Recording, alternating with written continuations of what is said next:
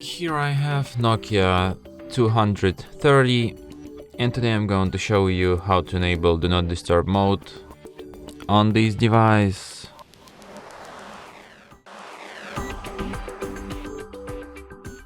So basically there's no such thing as the Do Not Disturb on this device, but you can always enable silent profile, but just holding this pound icon.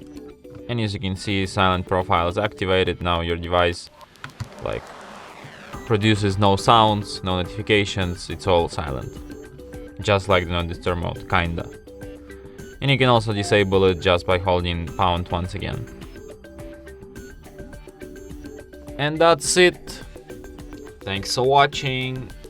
If you find this tutorial useful, don't forget to hit that like button and subscribe to our channel.